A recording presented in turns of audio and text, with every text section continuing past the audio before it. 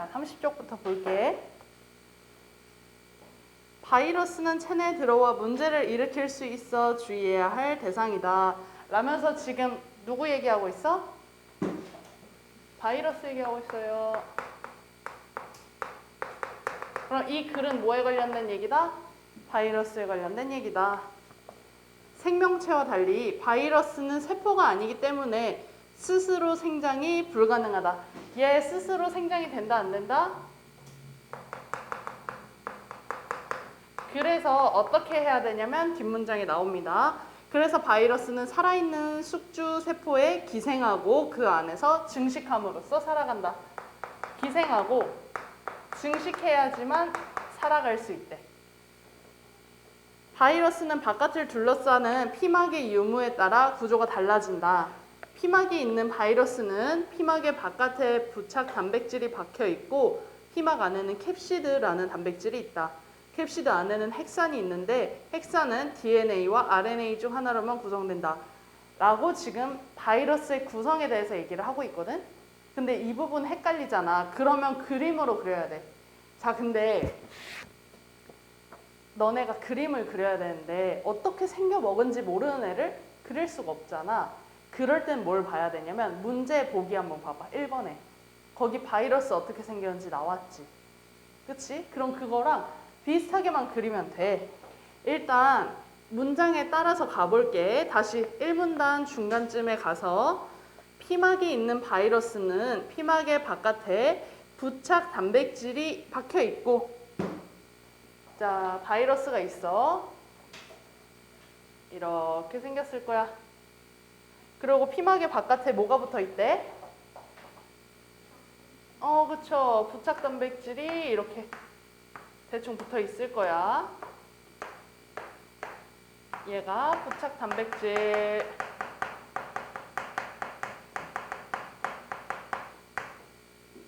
그리고 피막 안에는 무슨 단백질이 있어? 캡시드. 오른쪽 그림을 봤더니 캡시드로 보이는 애가 육각형 모양이겠네? 그치? 그러면 나도 여기 육각형 하나 그려줄게. 얘가 캡시드입니다. 그리고 캡시드 안에는 뭐가 있어? 핵산이 있어. 이거는 편하게 하트로 그려줄게. 얘는 핵산이야. 자, 근데 핵산은 뭐랑 뭐로 이루어져 있습니까? 정확히는 DNA 혹은 RNA인 거야. 이렇게 구성이 되어 있는 거야, 지금. 자, 이게 바이러스의 구조야. 1문단에서 설명해준 바이러스의 정의와 바이러스의 구조야. 이렇게까지 너네가 정리가 돼야 돼. 정리를 했으면은 이러한 구조를 가진 바이러스는 숙주세포에 어떻게 감염하는 것일까? 라면서 이제 기생과 증식에 대한 얘기를 할 거야. 2문단에서부터. 2문단 보면 바이러스의 감염 가능 여부는 숙주세포 수용체 특성에 따라 결정된다. 즉 숙주세포를 받아들이는 곳의 특성에 따라 결정이 되겠지. 바이러스는 감염이 가능한 숙주세포와 접촉한 후 바이러스 피막의 부착 단백질을 이용해 숙주세포 수용체에 달라붙는다. 이해 갈 거 아니야 지금? 갔지? 여기 뭐가 있을까? 이렇게 갔어. 여기가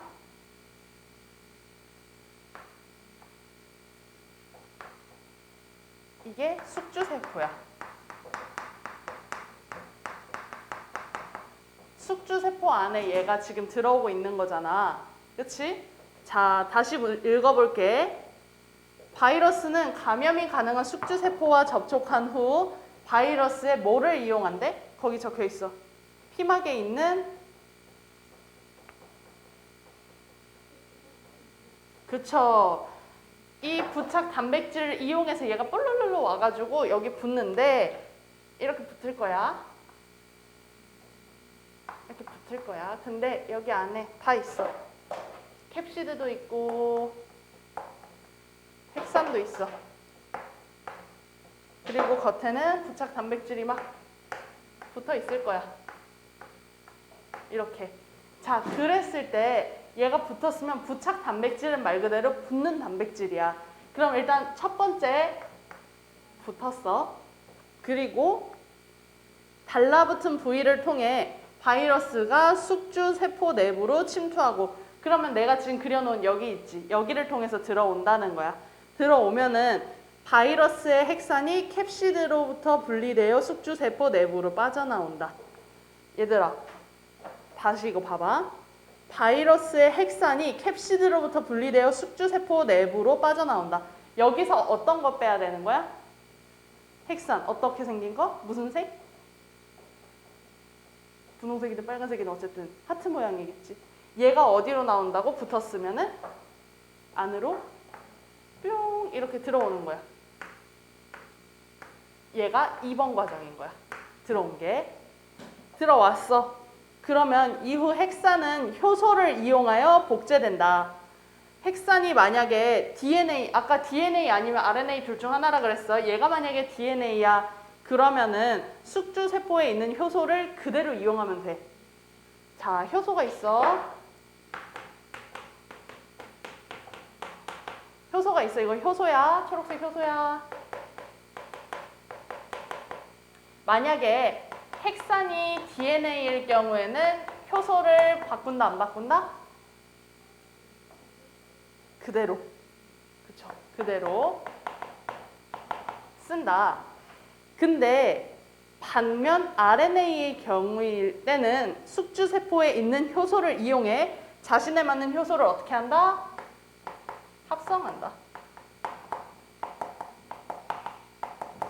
자기 입맛에 맞추겠다는 거야. RNA일 경우에는. DNA는 우리 몸에도 있는 게 DNA이기 때문에 이대로 맞춰서 쓰지만 만약 RNA가 와버리면은 바꾸겠다는 거야. 자기 입맛대로. 또한 핵산은 mRNA라는 전달 물질을 통해 단백질을 합성한다. 합성된 단백질의 일부는 캡시드가 되어 라고 했어. 자, 단백질을 mRNA가 있을 거야. 그걸로 단백질을 합성한대. 합성하면 단백질의 일부는 뭐가 된대? 펩시드. 지금 일단 핵산이 효소로 지금 복제가 되고 있거든? 효소를 이용해서 지금 복제가 됐어. 효소를 이용해서 복제된 거 이게 바로 3번 과정이야. 그리고 mRNA가 쓰여지면은 더 이상 색이 없네. 만약에 여기 mRNA가 있어. mRNA라는 전달 물질을 통해 단백질을 합성하는데 합성된 단백질의 일부는 뭐가 된다? 캡시드가 되어 복제된 핵산을 둘러싸고 어떤 애들을 둘러싸는 거야? 하트 덩어리를 여기. 효소를 이용해 복제된 이 핵산을 이렇게 다시 둘러싸는 거야. 그러면 얘들아 봐봐. 여기 있는 그림과 조금 비슷해지고 있지. 그치? 그래서 이렇게 되고 다른 일부는 그 mRNA로 합성된 단백질이 일부는 여기로 가. 그리고 일부는 어디로 간대? 숙주 세포막에 부착되어 바이러스의 부착 단백질이 될 준비를 한다. 자, 얘들아. 어디 붙는다고? 부착 단백질이 어디부터?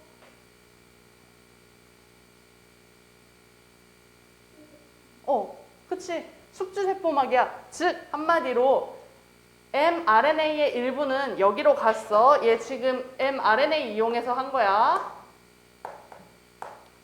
그리고 mRNA의 또 다른 애들은 어디로 가냐면 여기로 간다는 소리야.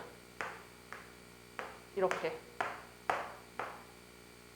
얘도 mRNA가 쓰였습니다. 자, 그러면 생긴 게 어때 이제? 아예 똑같아졌지? 그치? 아예 똑같아졌단 말이야. 이 구조가 부착 단백질이며 피막이며 캡시드며 핵산이며 전부 다 바이러스랑 똑같아진 거야. 그럼 얘는 감염이 됐다 안 됐다? 됐다. 숙주세포가 감염이 됐다. 그래서 이렇게 피막이 되면은 바이러스가 증식된 거거든. 여기 적혀 있는 거대로 증식이 됐어. 그럼 이제 어디로 가겠어? 이제 얘는 밖으로 가는 거야. 왜? 이미 감염시켰으니까. 딴 곳을 또 찾아서 이렇게 감염을 시키겠다는 거야. 그러니까 하나에 붙어서 이렇게 감염이 이루어지면 여러 세포에 붙었을 때 여러 감염이 일어나겠지. 그래서 어떤 감염이 일어난지 다음 문단에 나와. 우리 몸은 이런 과정을 통해 지속 감염이 일어나기도 하고 다른 과정을 거쳐서 급성 감염이 일어나기도 한다.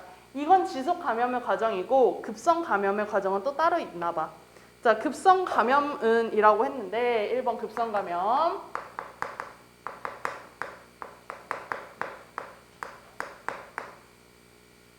급성 감염은 뭐냐면 일반적으로 짧은 시간 안에 일어난대. 그리고 바이러스는 감염된 숙주세포를 증식 과정에서 죽이고 바이러스가 또 다른 숙주세포를 증식하며 질병을 일으킨다. 자, 얘들아. 얘 지금 이 과정이 무슨 과정이야? 증식 과정이야. 그럼 얘는 뭐가 된 거야 지금? 결론적으로는 이렇게 나갈 때는 감염.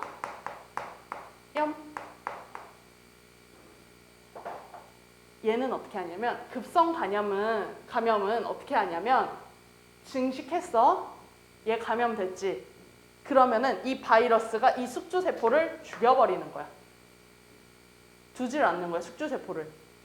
원래는 그냥 배출만 된다면 이번에는 급성 감염 같은 경우에는 그냥 아예 죽여버린다는 거야. 숙주세포를 죽이고 바이러스가 또 다른 숙주세포에서 증식하며 질병을 일으키는 거야. 자, 시간이 흐르면서 체내의 방어체계에 의해 바이러스를 제거해 나가면 체내에는 더 이상 바이러스가 남아있지 않게 된다. 그러면 우리 몸에서 병원체라든가 어떤 면역 체계가 얘네를 죽이려고 노력하겠지. 그러다 보면 언젠가는 없어져. 언젠가는 없어진다는 특징이 있거든. 근데 반면에 지속감염은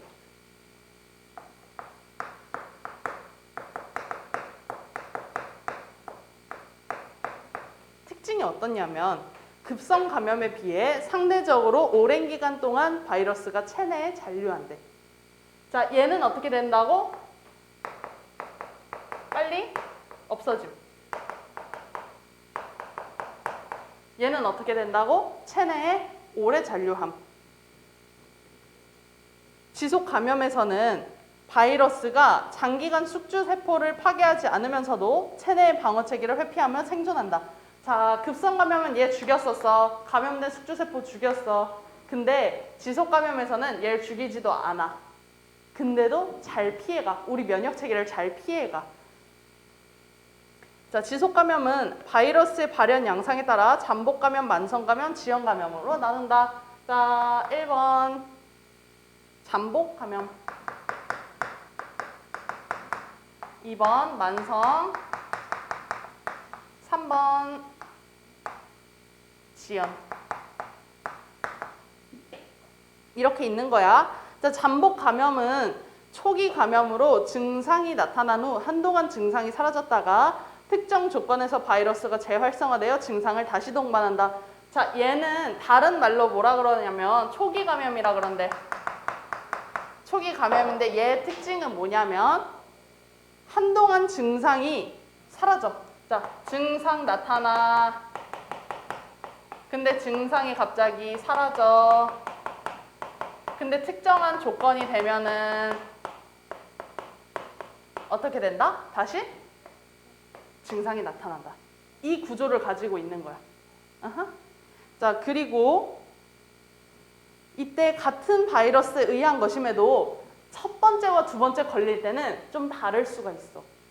다른 증상이 나타날 수도 있어. 잠복 감염은 질병이 재발하기 전까지 바이러스가 감염성을 띠지 않고 잠복하게 되는데 이러한 상태의 바이러스를 프로바이러스라고 부른다. 자, 질병이 재발하는 게 어디야? 이 타이밍이지. 이 타이밍이지. 그러면은 이 타이밍에는 여기에는 바이러스가 감염성이 있다 없다? 거기 다시 읽어보자.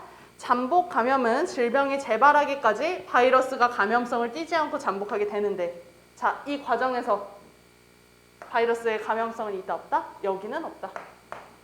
감염성이 여기 없는 거야. 이거를 뭐라 부른다고? 프로바이러스 라고 부른대. 자, 만성 감염은 감염성 바이러스가 숙주로부터 계속 배출되어 항상 검출되고 다른 사람에게 옮길 수 있는 감염 상태이다. 자, 얘는 계속 있어. 계속.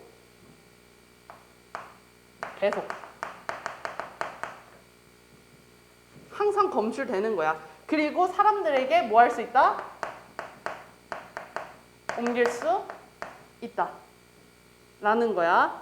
그래서 얘는 계속 지속되는 만성 감염 상태이지만 이 상태가 지속되면 될수록 사람들에게 옮길 수 있는 확률도 올라가겠지.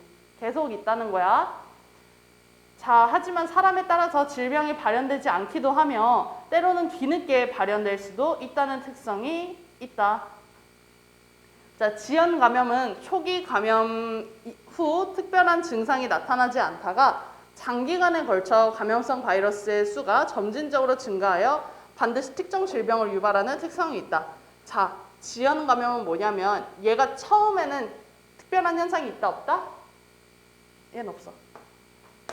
초기에는 특별 현상은 없어. 근데 말 그대로 시간이 지연되면 나중에는 반드시 어떻게 되냐면 바이러스 수가 점점 늘어나. 그래서 결국에 꼭 특정 질병을 유발하는 거야. 자, 우리 코로나가 약간 이런 느낌이지. 처음에는 우리가 특별하게 느끼는 게 없어. 그걸 뭐라 그래? 잠복기라 그래. 그러다가 나중에는 얘네가 바이러스 수가 늘어나고 안에서 점점 이렇게 증식되는 거야. 우리 세포가 점점 먹히는 거거든, 바이러스한테. 그러다 나중에 꼭 어때? 코로나는 기침을 하거나 목이 아프거나 열이 나거나 그랬을 때 한번 체크를 하잖아. 코를 쑤셨어. 두 줄이 떴어. 그럼 뭐야? 바이러스가 감염성을 띠는 상태가 됐다는 거야. 그렇게 검출하는 바이러스입니다. 자, 그러면 우리 1번 볼게. 1번 A에서 바이러스의 핵산이 숙주세포 내부로 빠져나오려면 바이러스 피막의 부착 단백질을 이용하는 과정이 필요하다. 자, A 과정이 여기서 어디 과정이야?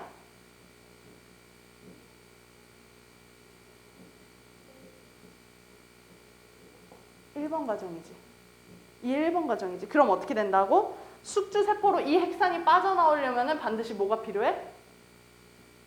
부착 단백질. 그러니까 1번 OX, O. 2번 B에서 숙주세포의 효소를 그대로 이용하지 않는다면 이 바이러스 핵산은 RNA이다. 자, B는 어디냐면 이거야. 이 증식하는 과정이야. 이 과정에서 숙주세포의 효소를 그대로 이용하지 않는다면 뭐라고? 그대로 이용하면 DNA라고. 자, B에서 캡시드가 분리되며 나온 효소는 C에서 다시 캡시드를 형성하는데 도움을 준다. 자, B에서 이 증식 과정에서 캡시드가 분리되며 빠져나온 뭐야? 핵산이야. 다시 문제 읽어봐봐. 캡시드가 분리되며 빠져나온 효소라 돼 있지. 그럼 일단 아니지. 핵산이고요. 그리고 C에서 다시 캡시드를 형성하는데 도움을 주는 것은 mRNA입니다.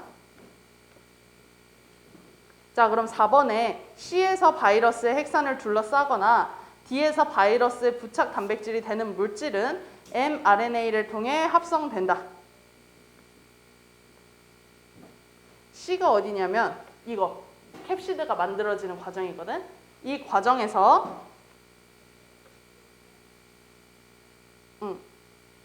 이게 되거나 노란색 캡시드가 되거나 겉에 주황색 부착 단백질이 되는 애들 다 뭐라고?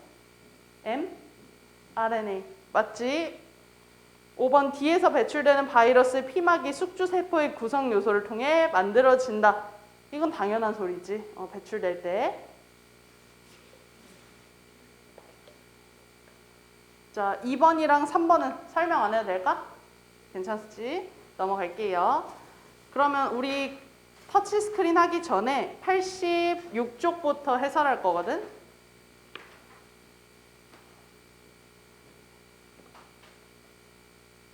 어, 86쪽부터 해설할 건데 이거는 10분 쉬고 볼 테니까 은우야 너는 이거 읽고 있어. 알았지? 자, 인문 지문인데 뭐 철학에 관한 얘기겠죠? 서양의 중세 시대에 인간이 마음의 평정을 얻는 유일한 방법은 신에게 의지하는 것이었다. 중세 시대에는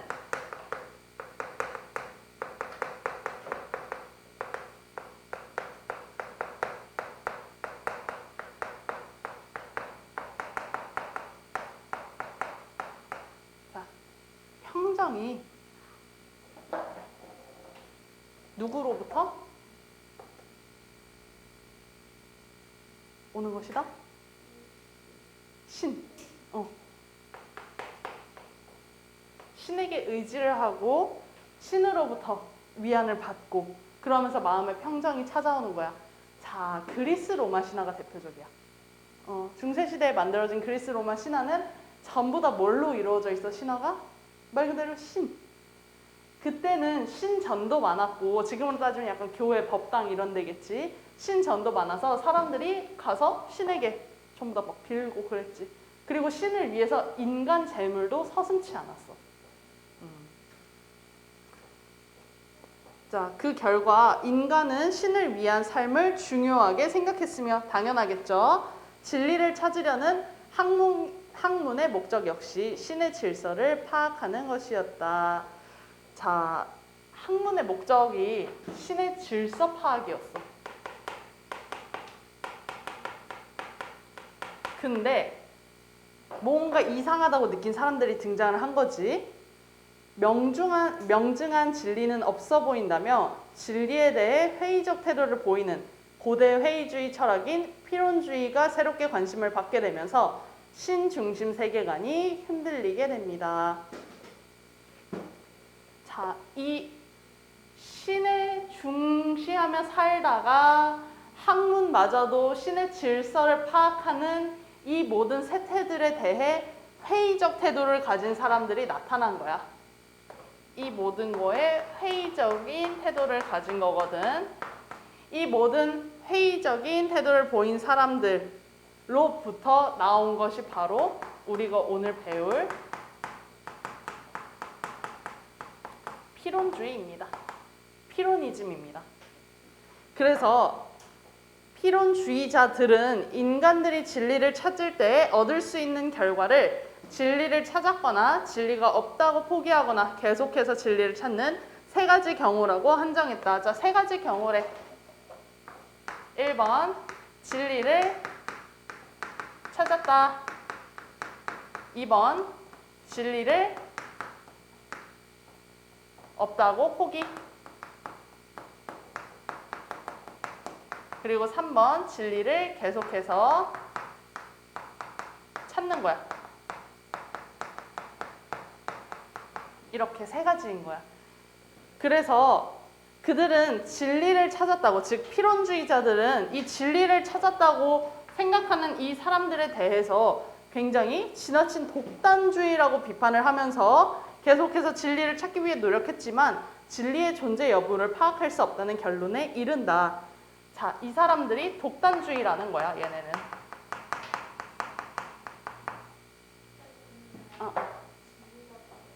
그거 방금 얘기해 주려고 그랬어. 진리 얘기해 줄게. 자, 진리라는 게 너네가 생각하기에 너무 추상적이지 않아? 그치? 뭐가 진리인지 모르겠잖아. 진리를 그래서 이거를 설명하면 너무 장황해지거든. 그래서 명확한 답이라고 생각을 해봐. 1 더하기 1은 뭐야? 그런 것처럼 명확한 답이 진리다. 라는 거야. 자, 우리가 너네 요즘엔 그런 말 없는데 내가 너네 나이였을 때 유행어가 진리였거든. 뭐였냐면 역시 마라탕엔 소고기가 진리지 이렇게 했을 때 지금 이런 말 써? 국룰이지라고 하지 요즘엔. 요즘엔 국룰이야. 우리 때는 진리였어. 그래서 마라탕엔 소고기가 진리지 아니야, 마라탕이 양고기가 진리야. 이러면서 막 양쪽에 싸우고 그랬었거든. 물론 마라탕도 없었어, 그때는. 그래서 우리가 진리라는 건 국룰이란 뜻이야. 이게 반드시 명확하고 확실하다는 게 바로 진리야. 그래서 너네는 그냥 명확한 답 정도로만 생각을 해도 이 지문은 읽힐 수 있거든. 나중에 혹시 관심이 많다면 철학과를 가는 걸 추천할게. 정말 많이 배워, 진리는. 그래서 우리가 답을 찾았다라고 하는 애들은 이 세상에 반박할 수 있는 게 하나도 없다라는 거야. 예를 들어볼까? 은호는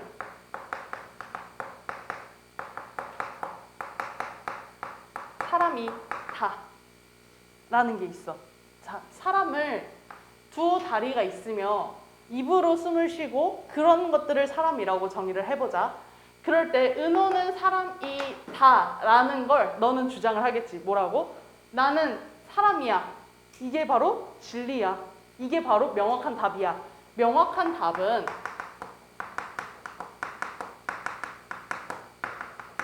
근거가 너무 명확해서 아무도 반박을 하지 못해. 반박을 절대 못해. 그 누구도 반박을 못해. 은호는 사람이다 라는 문장에 대해 아무도 반박을 못하겠지? 그래서 난 진리를 찾았어.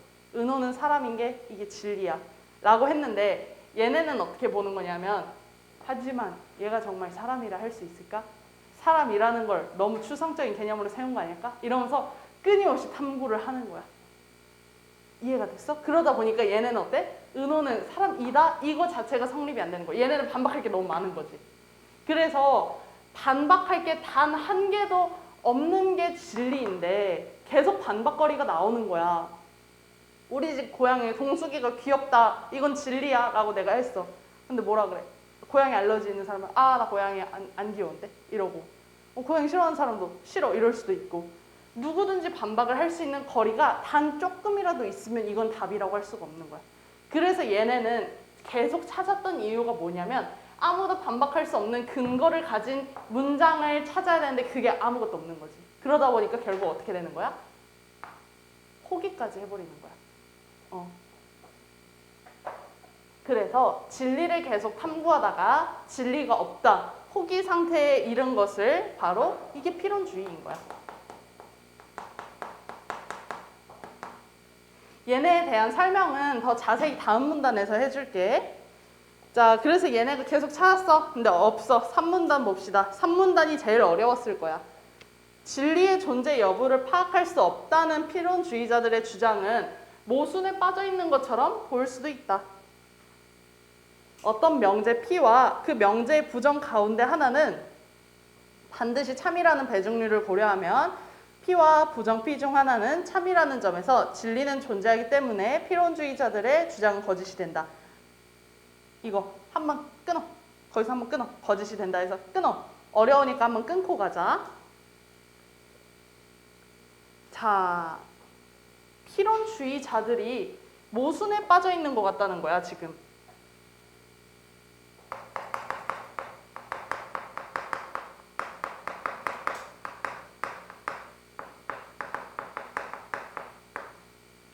뭐가 모순이냐면 첫 번째, 어떤 명제 P와 그 명제 부정 P 가운데 하나는 반드시 참이라는 배중률.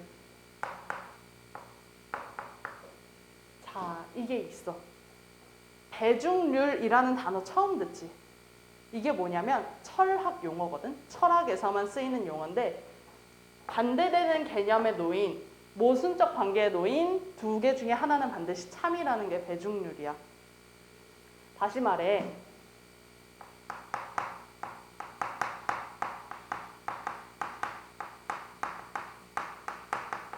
다가 P라면 부정은 뭐야?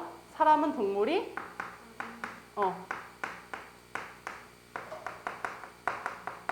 자, 여기서 너네가 방금 잘 말했어. 동물이다의 반대는 뭐라고? 동물이 아니다. 뭘로 나뉘어져? 이다와? 이게 바로 이다라면은 긍정이고 아니다라면은 부정이야. 그래서 명제 P와 반대되는 것은 긍정과 부정의 관계에 놓여 있는 거야. 근데 얘들아, 이 예시만 봐도 동물이다와 동물이 아니다가 있으면 이 두 개는 같이 공존할 수 있어? 사람이 동물일 수도 있고 아닐 수도 있다라고 할 수는 없어. 동물이다가 완벽히 참이야. 그럼 얘는 어떻게 돼야 돼? 반드시 거짓이 돼야 돼. 반대로 얘가 거짓이야. 그럼 반드시 얘는 뭐가 돼야 돼? 참이어야 돼. 왜? 둘은 180도 반대 관계에 놓여 있으니까. 이게 바로 배중률이야. 둘 중 하나는 반드시 참이어야 된다는 게 바로 배중률이야. 그래서 배중률은 이런 모순된 관계, 즉 같이 공존할 수 없는 관계에 놓인 두 명제에 대해서 반드시 하나는 참이라고 주장을 해야 된다고 있는 게 배중률입니다. 자, 그러면은 첫 번째는 배중률에 따라서거든. 자, 봐봐. 사람은 동물이다 혹은 사람은 동물이 아니다. 둘 중 하나는 반드시 뭐여야 된다고? 참이어야 된다고. 자, 그러면 이 둘 중에 하나 참으로 두자. 어떤 걸 참으로 둘까?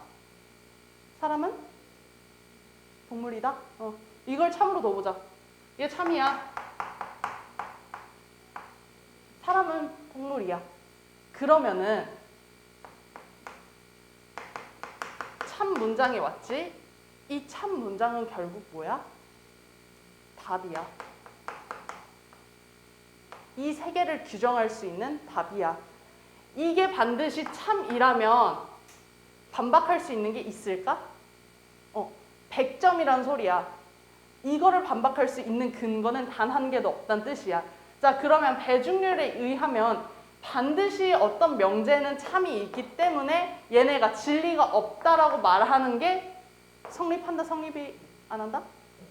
안 한다. 그러니까 필연주의자들의 말은 성립이 되지 않는다라는 거야. 그래서 얘네의 말을, 지금 얘네는 뭐를 부정했어? 진리를 찾았다는 사람들에 대해 부정을 했지, 필연주의자들은. 그래서 이 사람들 말을 봤더니 이렇게 해서 진리를 찾았어. 그러면 성립을 하지 않아. 라는 거야. 자, 두 번째. 거기 봐봐. 이제 끊었지, 거기서. 또한 필연주의자들의 주장이 옳다면 그 주장 자체가 참이 되어 적어도 한 개 이상의 참인 진리가 존재하는 것이기 때문에 마찬가지로 필연주의자들의 주장은 거짓이 된다. 거기서도 한번 끊읍시다. 두 번째는 뭐냐면, 자, 얘네들이 뭐라 그랬어? 필연주의자들은 뭐라 그랬어? 주장을?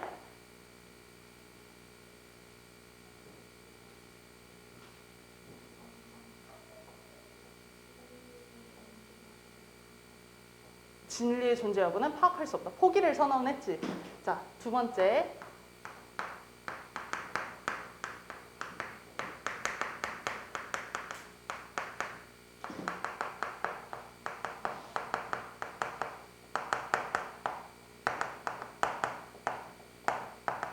처음에 1번은 얘네 말을 필연주의를 부정한 거야. 그치? 왜? 진리는 있다라는 거에 의한 1번이었으니까 얘는 필연주의자들의 반대 입장이었지. 그치? 배중률은 필연주의자들의 입장이랑 완전 반대지. 배중률은 반드시 하나는 참이다. 근데 필연주의자들은 찾을 수 없다잖아. 그러니까 반대되는 개념이었어. 근데 2번은 뭐냐면, 알았어, 너네 말 다 맞아 하고 필연주의자 손을 들어준 거야. 니네 말 다 맞아. 너네 다 헤쳐먹어. 이랬는데 필연주의자들은 뭐라 그랬어? 진리의 존재는 파악할 수 없다. 반대는 파악할 수 있다. 그럼 이 문장 자체가 맞아. 그럼 이 문장 자체가 뭐가 되는 거야? 참이 되고 정답이 되며 결국 진리로 작용을 해버리는 거야. 그러면 얘네 말에 손을 들어줘도 결국 얘네 말은 성립이 된다, 안 된다? 안 된다.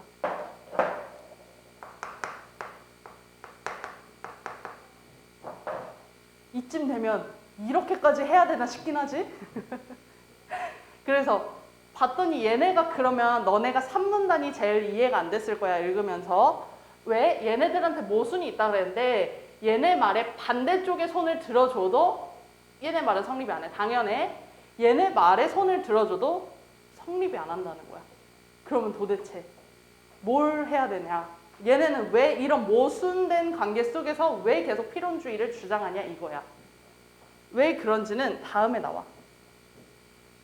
이렇게 모순이 있음에도 불구하고 왜 필연주의자들은 진리를 파악할 수 없는 것으로 인식하였을까? 그들은 어떤 명제가 참인 진리가 되기 위해서는 의심할 바 없이 뚜렷하게 증명되는 뭐가 있어야 된다? 명증성이 있어야 된대. 자, 이거는 반드시 필요한 게 명증성이야. 이 명증성이 뭐냐면 아까부터 내가 자꾸 진리를 찾는다는 거는, 진리라는 거는 반박할 수 있는 게 있다 없다? 없다라고 계속 말했잖아. 그 말이야. 반박할 수 있는 게 단 하나도 없이 100% 뭐든지 다 맞다고 하는 명증성. 그게 있어야 진리라는 거지. 끝이 맞는 말이긴 하지. 반박하면은 안 되잖아. 그래서 그들은 다양한 명제들을 상충 또는 대립시켜 명중성을 확인하려 하였고 지속적으로 진리를 의심하는 방법으로 진리를 찾으려고 했대. 무슨 방법을 썼대 얘네? 어떤 방법? 상충 또는 대립해서 의심을 했어. 계속. 필연주의는 의심을 시작한 거야. 그러나 이 과정에서 여러 명제들은 대립되고 모순되기 때문에 어느 쪽도 다른 명제에 비해 우월하거나 열등하지 않음으로 라고 했어. 그렇기 때문에 우월하거나 열등하지 않다는 거는 꿀릴 게 없다는 거거든. 명제 중에. 다 똑같은 애들이야. 다 똑같은 애들인데 그렇기 때문에 모든 게 다 똑같은 조건에서 일어난다면 당연히 100%의 답은 없다라고 본 거야. 따라서 그들은 진리를 찾을 수 없다는 회의적 상태에 이르게 되고 결국 진리는 없어 보인다는 결론을 내리게 된 것이다. 얘네는 진리를 계속 탐구했어. 어떤 방법으로 했냐면 의심이라는 방법으로 계속 탐구를 했어. 그러다 보니까 상충시키고 대립시켰더니 얘네 차이는 없구나. 다 대등되는 애들이구나. 그래서 명증성이 입증될 수 없구나. 나는 포기야. 라고 한 거야. 필연주의자들은 이처럼 진리를 판단할 수 없는 판단 중지 상태를 뭐라 불렀다? 에포케라고 불렀다. 그러면은 이게 뭐야? 2번이? 얘가 에포케인 거지.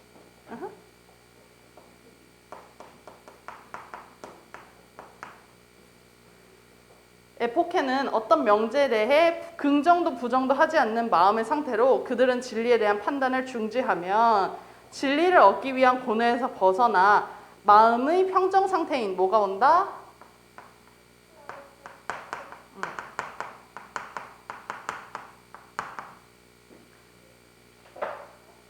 너네도 이 아타락시아가 자주 와. 공부를 하다가 유튜브 보면은 이 마음의 평정 상태가 찾아오지 않아? 공부를 하다가 그만하면은 아타락시아가 찾아와. 너네도 많이 겪는 거야. 우리는 이 마음의 평정 상태를 어떻게 찾았냐면 이 사람들은 필연주의자는 어떻게 찾았냐면 얘네 계속 의심했어. 끊임없이. 야 솔직히 이렇게 사는 거 너무 피곤할 것 같지 않아? 굳이 이렇게까지 해야 되나 싶기도 하잖아. 이렇게 끝없이 고뇌를 하다가 얘네는 결국에 포기를 했더니 오히려 긍정도 부정도 하지 않으니까 어때? 마음이 편안해지는 거야. 그러니까 그때 찾아오는 게 마음의 평정인 아타락시아인 거지. 얘가 마음의 평정이거든.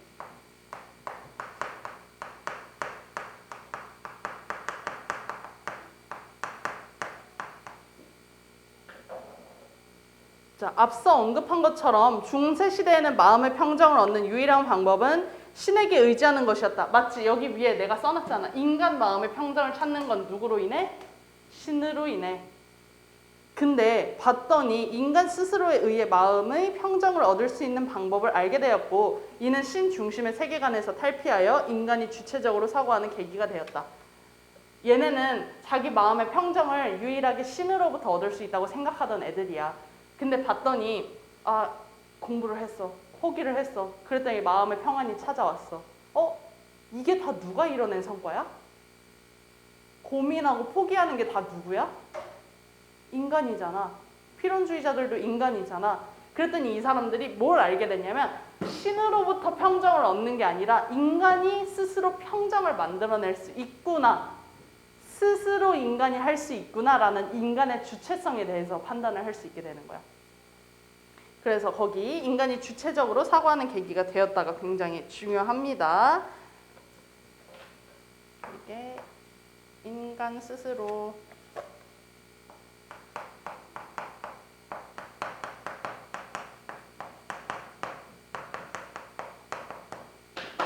그럼 필연주의의 결론은 결국 이거인 거야. 인간 주체적 사고는 가능하다. 좀 허무하지? 그치만 굉장히 큰 발견이었어. 왜냐면 중세시대 땐 너무 신에만 몰두해 있었지만 그 다음 문단을 보면 데카르트와 같은 철학자들은 이라고 했거든. 걔네는 고대 필연주의의 진리의 존재 여부를 파악할 수 없다는 태도를 극복하고자 했어. 그러면서 깊이 있게 뭐를 고찰했대? 인간의 인식. 근대 철학의 시대가 열리게 된 것이다. 너네가 잘 아는 소크라테스며 칸트며 플라톤, 아리스토텔레스 전부 다 인간 철학이야. 그 사람들은. 그 사람들이 신에 대해 얘기하는 거는 많진 않아. 인간 중심의 철학이 어디서부터 시작되었다? 이 필연주의. 고대의 필연주의, 중세의 필연주의로부터 근대 철학이 시작되었다는 거야. 자, 그러면 몇 번 풀었어? 아직 안 풀어봤지? 자, 1번 윗글에 대한 설명으로 가장 적절한 것은 몇 번일까? 한번 은호 지금 풀어봐봐.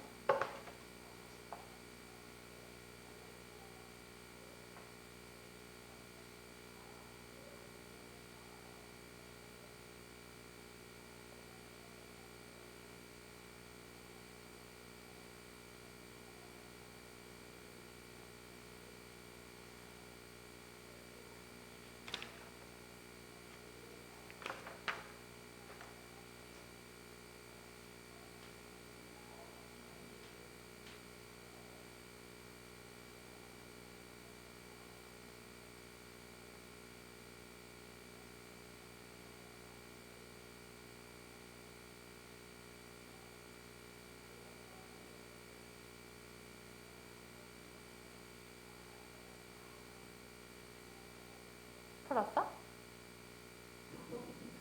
아닌데. 한번 같이 보자. 자, 1번 보면은 고대 필연주의의 관점에서 근대적 인식론의 한계를 비판하고 있다. OX. 왜 X에 어떻게 바꿔야 돼? 는 아니지. 그쵸. 2번 고대 필연주의의 형성 배경과 발전, 쇠퇴 과정을 제시하고 있다. OX. X 어떻게 바꿔야 돼?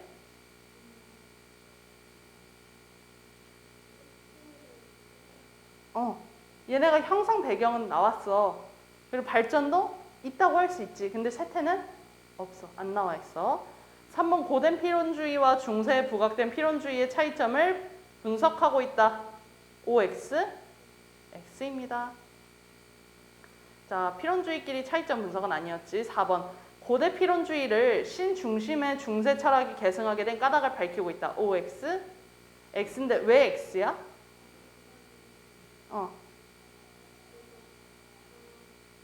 인간 주체적 철학으로 아예 바뀌어버린 거지. 계승을 더 이상 하지 않고 끝낸 거야. 계승을 중지했습니다. 5번 고대 필연주의가 인간이 주체성을 획득하는 데 미친 영향을 설명하고 있다. OX, O. 자, 아까 뭐라 그랬어? 필연주의의 결론은 결국 인간이 주체적으로 사고가 가능하다라는 결론을 냈다라고 했잖아.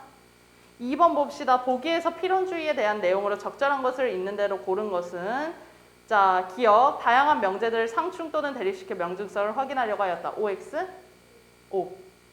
어떤 명제도 다른 명제에 비해 우월하거나 열등하지 않다고 판단하였다. OX, O. 왜냐면 상충 또는 대립시켜서 확인을 했더니 그 어느 것도 우월하거나 열등하지 않기 때문에 명중성이 없다 그랬잖아. 그렇지? 그래서 니은도 O, 디귿품은 고뇌에서 벗어나 마음의 평정 상태에 이르면 진리를 파악할 수 있다고 생각했다. X. 얘네는 끝까지 뭐였어? 진리는 없다. 판단할 수 없다가 얘네 결론이었기 때문에 X. 리을에 어떤 명제가 진리가 되기 위해서는 의심되지 않는 명증성을 지녀야 된다고 전제했다. 당연히 맞는 거였지. 자, 3번 한번 봅시다. 3번은 B에 대한 설명이래. B가 누구야? 데카르트. A는? 그쵸, 필론주의자입니다. 걔네 공통점으로 가장 적절한 것은 이라고 했는데 데카르트에 대한 설명 한번 보기에서 보자. 의심할 수 없는 절대적 확실성을 가진 기초적 믿음을 찾기 위해 진리에 대해 의심해보는 회의적 사고를 통해 진리를 추구하였다. 이러한 방법으로 찾은 기초적 믿음은 사유하는 존재 자체는 의심할 수 없다는 것으로 다른 진리 추구의 토대가 되었다라고 했어. 그래서 진리를 찾을 수 없다라고 한 얘네들을 어떻게 해? 거기 왼쪽에 마지막 문단에 뭐라 돼 있어? 태도를 극복한다 그랬지. 그거에 관한 거야. 그래서 얘도 무슨 데카르트도 어떤 방법을 썼어? 탐구하기 위해? 보기에 나와 있어.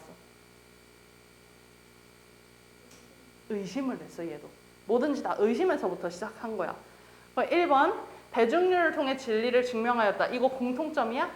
X야. 배중률은 둘 다 사용하지 않았지. 자, 2번 기초적 믿음이 신의 질서라고 여겼다. 신의 질서가 들어갔으니 당연히 X죠. 3번 사유의 과정에서 의심의 방법을 사용하였다. OX, O. 얘도 의심, 쟤도 의심.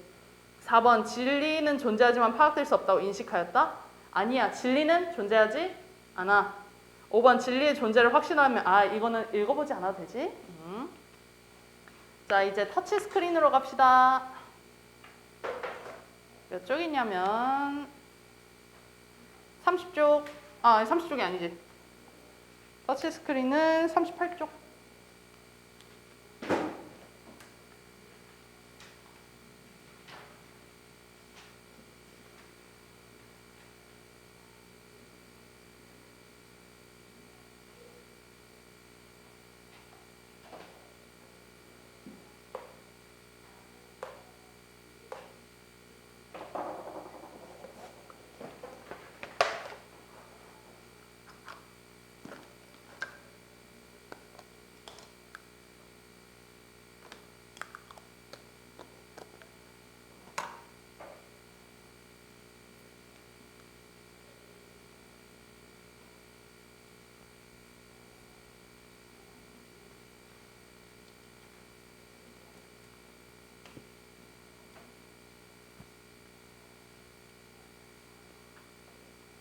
잠깐만요.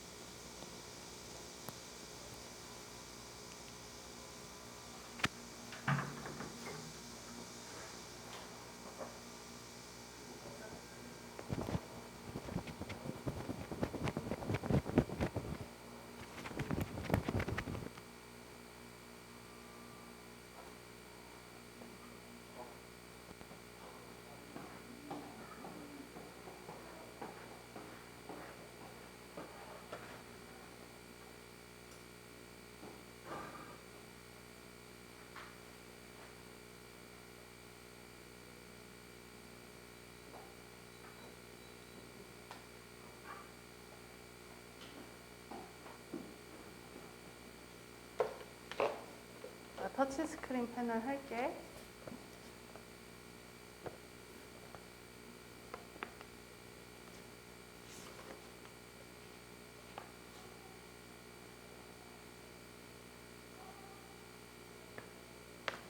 자, 터치 스크린 패널은 스크린의 특정 지점을 접촉하면 그 위치를 파악하여 해당 위치에 설정된 기능을 직관적으로 조작할 수 있도록 설계된 장치를 말한다.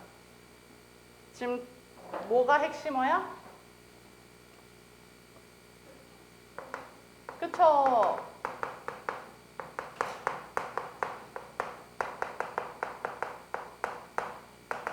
터치 스크린 패널에 관한 얘기인 거야.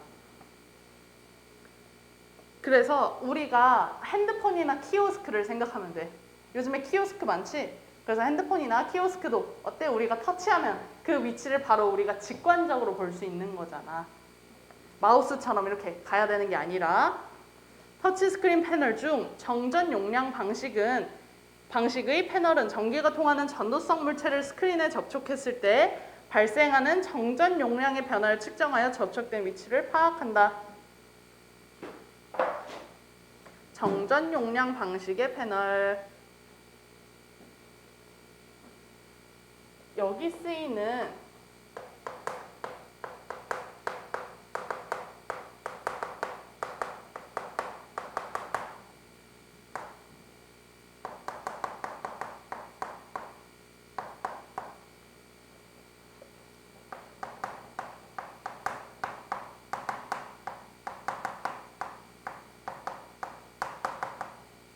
그래서 터치 스크린 패널이 작동이 되는 원리는 뭐냐면 정전 용량 방식 패널에서 정전 용량의 변화를 측정하는 게 가능해야 우리가 터치를 할 수 있다는 거야.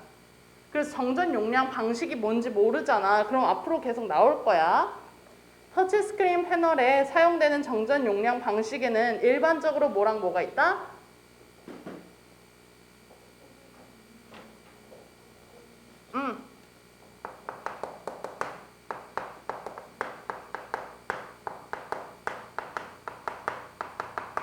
표면 정전 방식부터 볼게.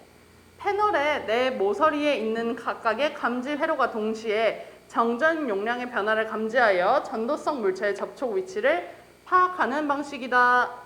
얘들아, 회로가 어디에 있다? 네, 맞습니다. 이게 회로의 위치야. 그래서 얘도 뭐를 측정해? 정전 용량의 변화를 측정하는 거야.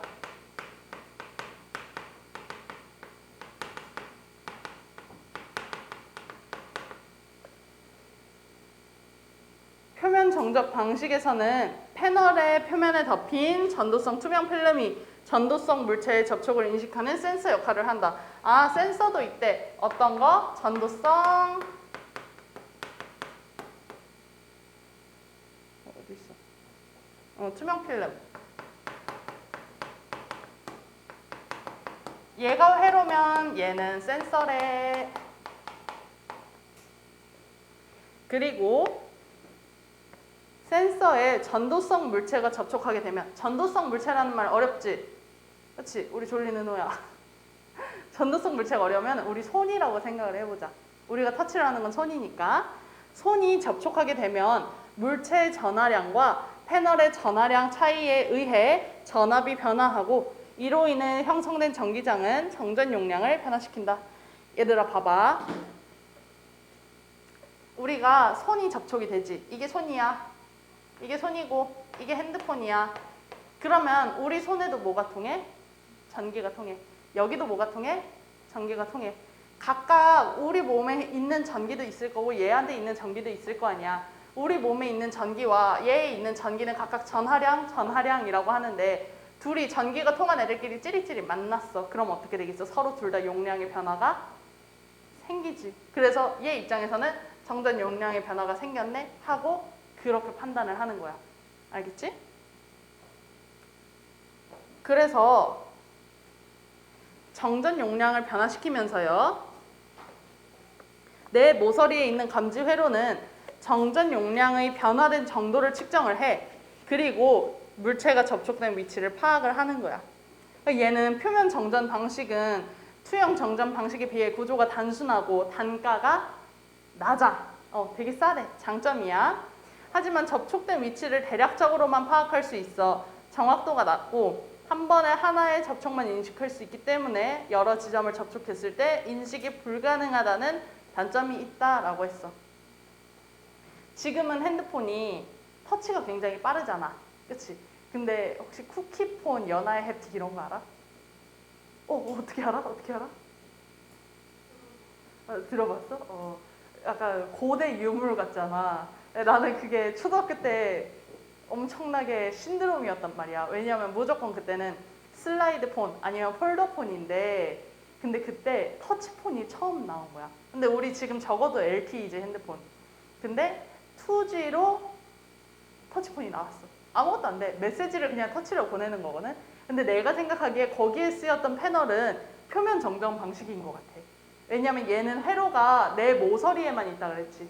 끝에만 있으니까 내가 분명 이걸 터치했는데 얘 조금 위에 있는 게 터치가 되고 정확도가 굉장히 떨어졌었어. 그리고 내 이렇게 손가락 붙이고 다른 손가락을 움직이면 아예 안 움직였어. 한 번에 하나의 터치만 가능했단 말이야. 그래서 그때는 또 지금은 가볍잖아. 근데 그때도 엄청 무거웠거든 그게. 그러니까 걔네 입장에서는 핸드폰을 터치폰을 만들었는데 안에 구조를 완전히 다 바꿀 수는 없으니 구조가 단순한 이 패널을 썼을 가능성이 굉장히 높을 것 같아. 내가 썼던 경험으로 인하면. 그래서 투영 정전 방식도 있는 거야. 투영 정전 방식에는 뭐가 있어? 자기 정전 방식과 상호 정전 방식.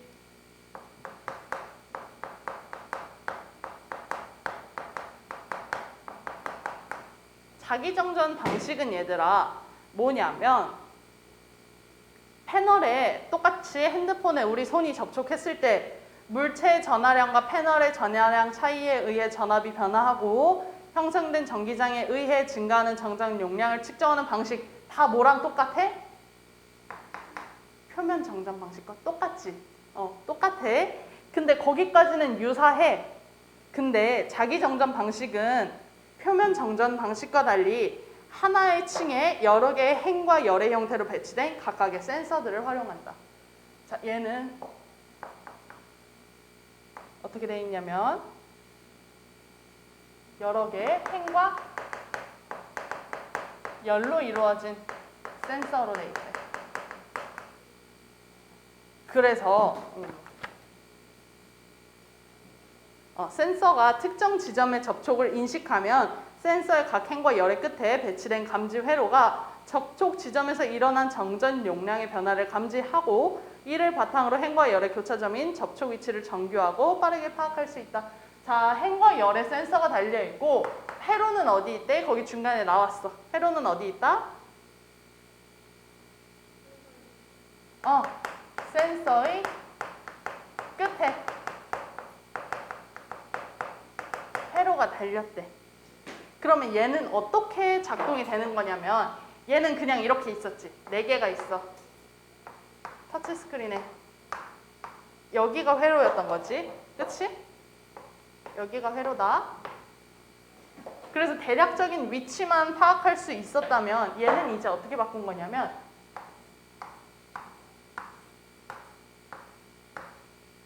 이렇게 그어놓고 센서를 끝에다가 회로를 끝에다가 이렇게 달아두고 그 다음에 어떻게 하냐면 내가 만약에 여기쯤을 찍었어. 내가 만약에 여기쯤을 찍었어. 여기. 내가 손가락 이렇게 딱 터치하면은 얘네가 어떻게 하냐면 센서가 행과 열로 돼 있다 그랬지. 이 모든 게 다 센서야. 흰색이. 얘가 나랑 가까워 하면서 얘가 딱 불이 켜지겠지. 그리고 얘는 얘가 가까워 하고 딱 불이 켜지겠지. 그러면 뭘 찾는다고? 교차 지점. 거기가 바로 터치 위치인 거야. 그래서 굉장히 얘보다 정교하게 이루어져 있지. 그래서 측정 방식은 똑같은데 얘랑 다르게 조금 더 정교하다라는 장점이 있는 거야. 그게 차이점이야. 자, 그 말을 거기서 한 거고요. 반면 상호 정전 방식이 있대.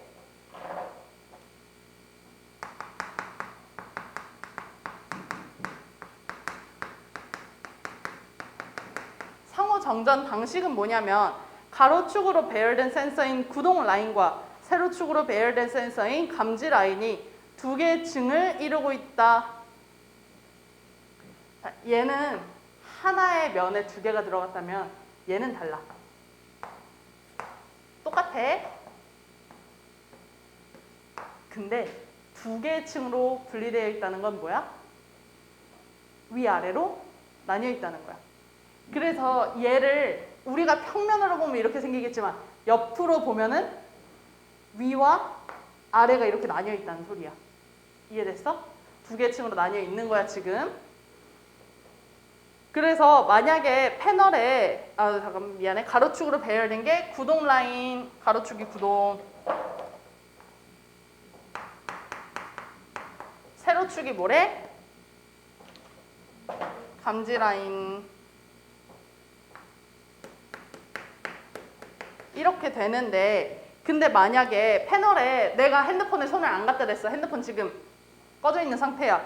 그러면은 둘이 어떻게 되냐면 구동 라인에서 전압에 의해 여기서 전기장이 막 생겨. 여기서 전기장이 생겨. 그럼 얘를 어디로 보내냐면 모두 감지 라인으로 들어가 일정한 크기의 전기장을 유지하며 구동 라인과 감지 라인 사이에 상호 정전 용량을 형성한다. 자, 어디로 보낸다고? 감지 라인. 그래서 얘한테 그 전기장을 보내. 그러면 둘 사이에 계속 똑같은 크기의 전기가 왔다 갔다 하겠지. 그치? 자, 얘들아. 여기서 100을 형성했다고 치자. 이걸 전부 다 어디로 보낸다고? 감지 라인으로. 그리고 둘이 계속 왔다 갔다 이렇게 구르는 거야. 계속. 둘이 썸 타고 있는 거야. 선을 넘지 않고. 그러다가 상호 정전 용량을 형성하고 있었는데 근데 패널에 만약에 전도성 물체가 자, 내 손가락 또 그려볼게. 내 손가락 이렇게 뿅 들어갔어. 그러면 어떻게 된다고? 일정한 크기를 유지하던 전기장의 일부가 접촉된 물체로 흡수된다고. 손톱도 그려줄게. 자, 같잖아. 얘네 둘이 똑같은 텐션을 유지하는 상호 정전 용량이었잖아. 근데 이게 접촉하는 순간 전기가 어디로 간다고? 내 손으로 간다고. 그럼 얘네가 100이 왔다 갔다 하고 있었는데 내 손으로 흘러 들어가면 마이너스가 생길까? 플러스가 생길까? 마이너스가 생기겠지. 그래서 거기 읽어볼게. 자, 전기장이 물체에 흡수되면 구동 라인과 감지 라인 사이에 형성된 상호 정전 용량이 당연히 어떻게 되겠어? 감소. 상호 정전 용량이 감소합니다.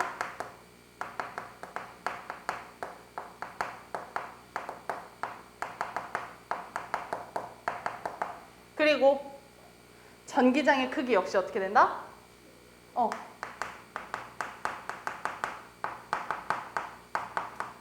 처음에 애초에 얘가 보냈던 게 전기장이었잖아. 그러고서 상호 정전 용량이 생기고 있었는데 얘가 줄어들었다는 건 뭐야?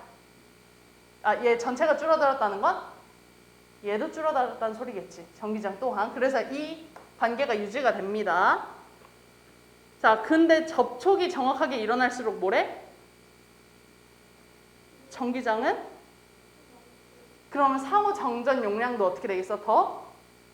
더 줄어들겠지. 결국 패널에는 접촉 전과는 다른 전기장의 흐름이 나타나 상호 정전 용량이 변화하고 구동 라인과 교차점인 터치 좌표성이 인식된다.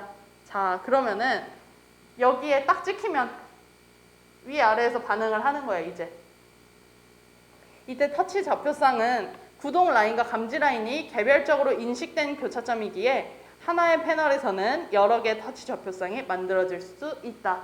얘는 무조건 행과 열이 같이 갔잖아. 근데 얘는 구동과 감지가 따로따로 분리가 돼 있지. 그러니까 얘는 멀티터치가 가능한 거야. 지금 스마트폰이 이거겠지, 그러면. 자, 그러면 얘는 멀티터치가 된다, 안 된다? 안 된다. 얘는 멀티터치 된다, 안 된다? 안 된다. 그래서 여기 보면은 이후 터치 좌표상의 정보를 터치 컨트롤러가 디지털 신호로 변환한데 그걸 이미지로 처리하고 중앙 처리 장치인 CPU에 전달해서 해당 터치 스크린 패널은 전도성 물체 접촉 여부 및 정확한 위치를 최종적으로 판단하게 됩니다. 꼼꼼하게 보는 거지. 이러한 상호 정전 방식은 구동 라인과 감지 라인의 교차점을 개별적으로 인식하는 과정을 거치기에 측정 시간은 많이 소요될 거야. 각각이기 때문에. 근데 멀티터치가 가능해서 요즘 스마트폰이나 태블릿과 같은 기기에 많이 활용되는 추세라고 합니다. 아하. 1번부터 볼게 그러면. 자, 윗글의 내용과 일치하지 않는 것은 이라고 했어. 1번 터치스크린 패널은 직접적인 접촉을 통한 직관적 조작이 가능하다. 1문단에 나와 있던 정의였지? 개념이었죠. 2번 자기정전 방식은 접촉점에 해당하는 행과 열의 교차점을 터치 지점으로 인식한다. 자, 어딨어? 여기. 자기정전 방식은 센서가 뭐다? 행과 열. 3번 표면 정전 방식을 실현하기 위해서는 스크린에 전도성이 없는 투명 필름을 입혀야 한다. OX?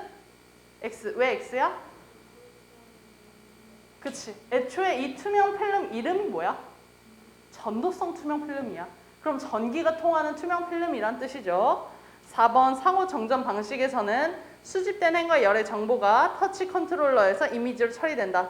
CPU에서 전달하기 전에 그렇게 처리한다 그랬지.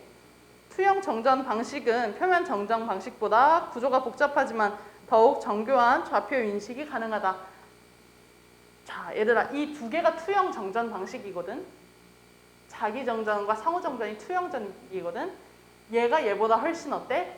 센서가 많아지니 터치가 정교해졌지. 그래서 5번은 맞는 거죠. 2번 기억에서 디귿에 대한 이해한 내용으로 적절하지 않은 것. 기억, 니은, 디귿이 다 여기 있네. 그럼 볼게. 기억, 디귿은 모두 전도성 물체의 접촉에 따른 정전 용량의 변화를 측정한다. OX? O. 내가 아까 뭐라 그랬어? 터치스크린 패널 자체가 정전 용량의 변화를 측정하는 거라 그랬잖아. 그러니까 O. 2번 기억, 니은, 디귿은 모두 패널에 있는 센서를 이용하여 접촉 부분의 위치를 알아내는 방식이다. OX? O. 패널에 있는 센서를 이용해서 위치를 알아내는 거죠. 얘도 그렇고 얘도 그렇고. 자, 기억과 달리 니은은 하나의 접촉점을 인식하기 위해 2개 이상의 감지 회로를 활용하는 방식이다. OX? 이건 X야. 왜냐면 기억은 뭐였어? 이거였지. 표면 정전 방식. 자, 여기 감지 회로 몇 개야? 4개야. 자, 자기 정전 방식 감지 회로 몇 개야? 알 수 없어.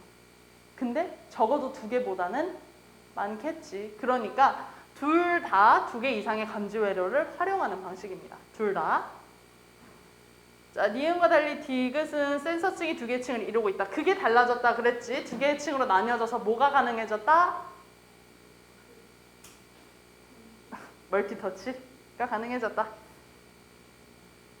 디귿과 달리 니은은 접촉 부분에서 증가하는 정전 용량을 감지하는 방식이다. 이것도 맞죠? 얘는 뭐였어? 얘는 증가하는 걸 측정했으면 얘는 감소하는 부분을 측정했죠. 자, 3번은 같이 해볼게. 윗글을 읽고 보기를 이해한 반응으로 적절하지 않은 것은 이라고 했네. 자, 자료 1, 자료 2를 봐야 돼. 터치스크린 패널의 작동 원리를 이해하기 위해 설정된 자료고, 자료 1은 터치스크린 패널의 한 종류를 도식화했고, 자료 2는 자료 1에 A, B, C 지점에 형성된 전기장의 크기를 나타낸 그래프이다. 자, 자료 1에 있잖아, 얘들아. 자료 1에 딱 직관적으로 보이는 게 총 3가지가 있어야 돼. 딱 너네가 직관적으로 보이는 것. 가장 첫 번째는 가로줄과 세로줄에 해당하는 뭐야? 행과 열이 보여야 돼. 가로줄, 세로줄 있지? 행과 열이 보여야 돼. 두 번째는 뭐냐면 거기 써져 있는 거. 뭐야?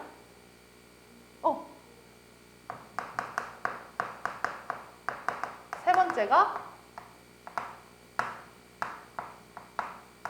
자, 여기까지만 나와 있으면 자기정전 방식이겠구나 하겠지만 감지 라인과 구동 라인을 줬다는 것 자체는 이거는 무슨 정전 방식?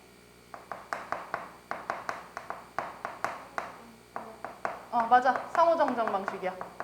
그래서 자료 1은 상호 정전 방식을 도식화한 거야. 이걸 해석할 줄 알아야 돼. 자료 2번을 보자. 자료 2번 보면은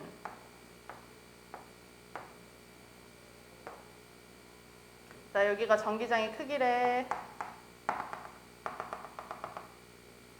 그리고 위치가 여기가 C. 그리고 B.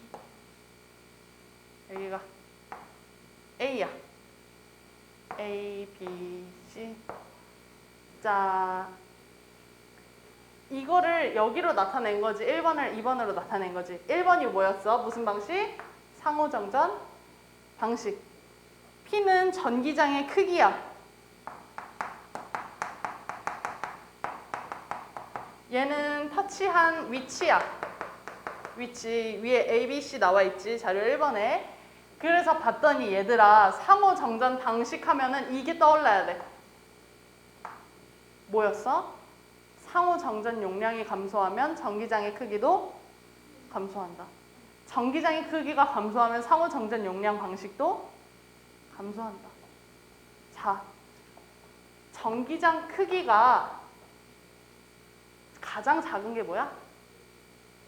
A.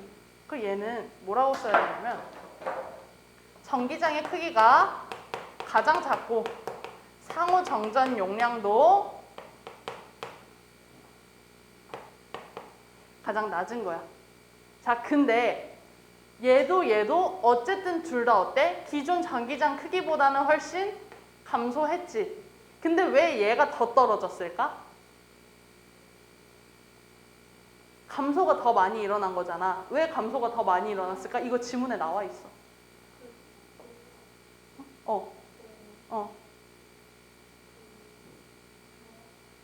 그치. 더 정확하게 터치할수록 전기장은 더 낮아진다 그랬어. 한마디로 우리 핸드폰 터치할 때 이렇게 터치하는 것보다 이렇게 터치하는 게 훨씬 더 정교하잖아. 그거 말하는 거야. 그래서 얘는 전기장 상호정전 용량 둘 다 감소했어. 왜? 뭐가 일어나서? 정교한 터치가 일어나서. 자, 그럼 B는 전기장과 상호정전 용량 둘 다 감소했어. C는 전기장 크기 변화 있어 없어?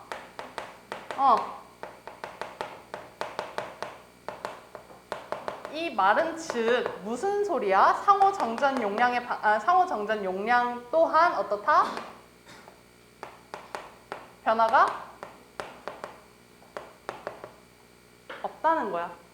이해됐니? 문제 이제 볼게. A에서 접촉된 물체가 흡수한 전기장의 크기는 B에서 접촉된 물체가 흡수한 전기장의 크기보다 크겠군. OX. 물체 손이라고 알면 되지? 자, OX.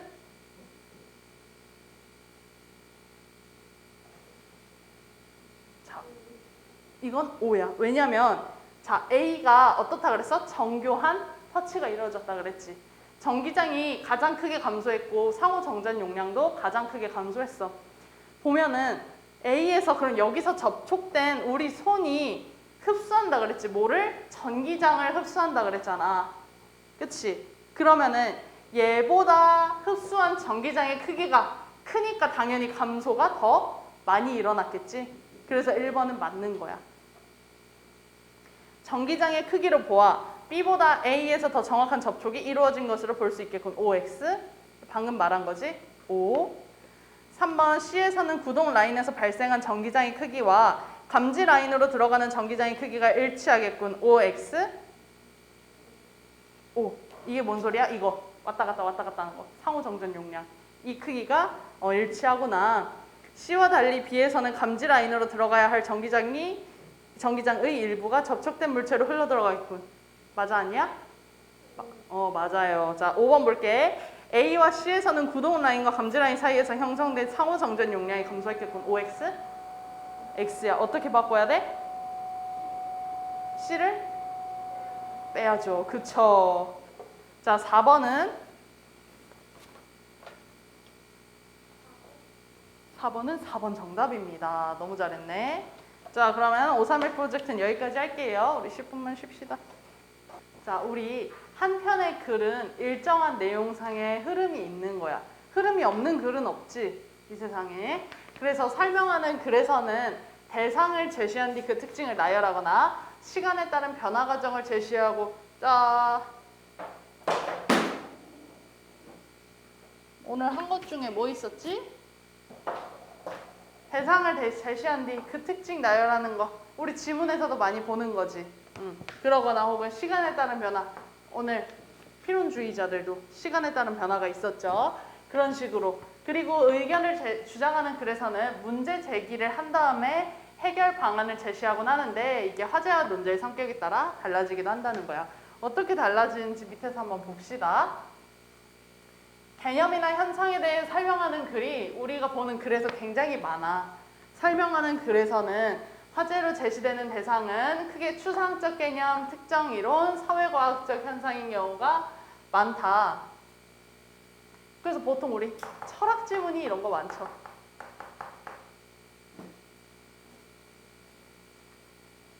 그래서 추상적 개념, 특정 이론, 그리고 이거는 뭐 사회경제 지문에서 많이 나올 거고, 아니면 혹은 사회경제 지문 여기 돼 있네. 그리고 과학기술 지문도 여기 많이 나오겠죠. 추상적이거나 관념적인 개념을 설명하고자 할 때는 우선 개념에 대해 정의를 먼저 내려줄 거야. 우리 전부 다 이거는 뭐다 라고 1문단에서 제시를 해주지. 그거야. 그래서 예시나 비유 등의 상세화의 과정을 통해 내용을 전개해 나가는 것이 일반적입니다. 특정 이론에 대한 설명은 개념에 대한 설명과 마찬가지로 이론에 대한 구체적인 소개를 먼저 해. 얘랑 비슷해.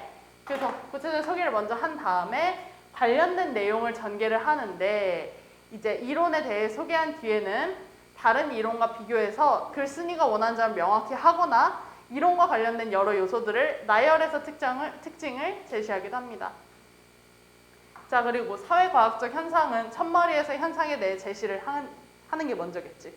지금 무슨 현상이 있는지 그런 걸 얘기를 해준 다음에 그에 대해 분석하거나 원리를 제시하는 형식으로 서술을 하는데, 대부분 마무리할 때 그러한 현상의 효과나 의의를 밝히곤 한다. 자, 그래서 예를 들어 우리 지금 여름 폭염 같은 거, 여름 폭염 같은 현상에 대해 제시를 먼저 해. 그 다음에 이 폭염이 왜 일어나는지, 뭐 북쪽에서 오는 바람과 남쪽에서 오는 바람이 충돌을 해서 어쩌고저쩌고 막 그렇게 쓰겠지. 그리고 뭐 그거를 극복할 수 있는 어떤 해결책을 준다거나, 그래서 그런 것에 효과나 의의를 주는데, 요즘 비문학의 신유형이 뭐냐면 바로 플러스 한 개야. 이거를 사용했을 때 있는 한계점을 제시를 한 다음에 보기에서 얘에 대해 더욱 구체적으로 다루고는 합니다. 요즘에 그런 유형이 많이 늘었어. 그래서 요즘 글은 또 그렇다라는 것. 자, 그럼 밑에 있는 글 한번 읽어볼래, 지금? 다 읽으면 칠판 보고요.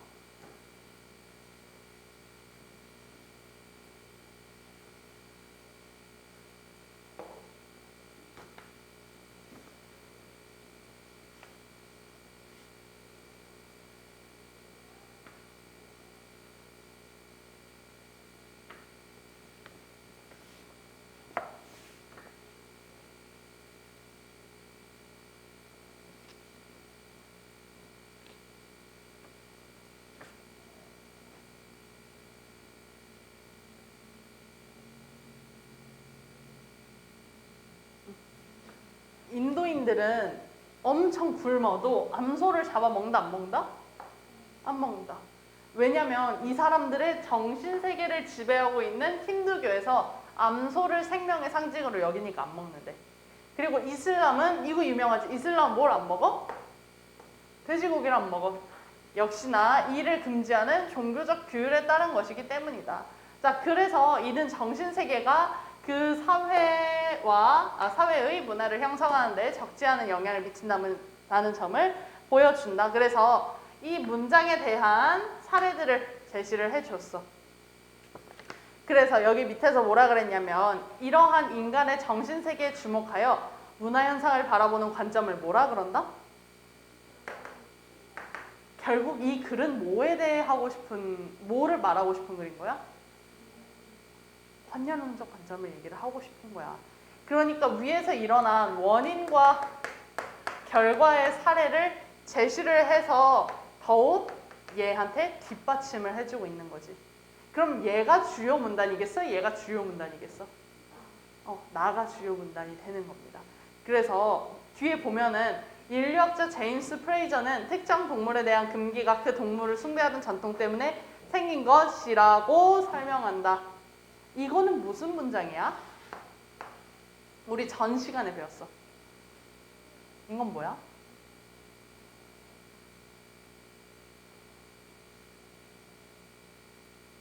전 시간에 있었어. 내용 전개 방식 중 하나였어. 누군가의 말을 빌려 쓰는? 그쵸. 인용이야. 그래서 얘도 마찬가지로 근거로 지금 작용을 하고 있는 거야.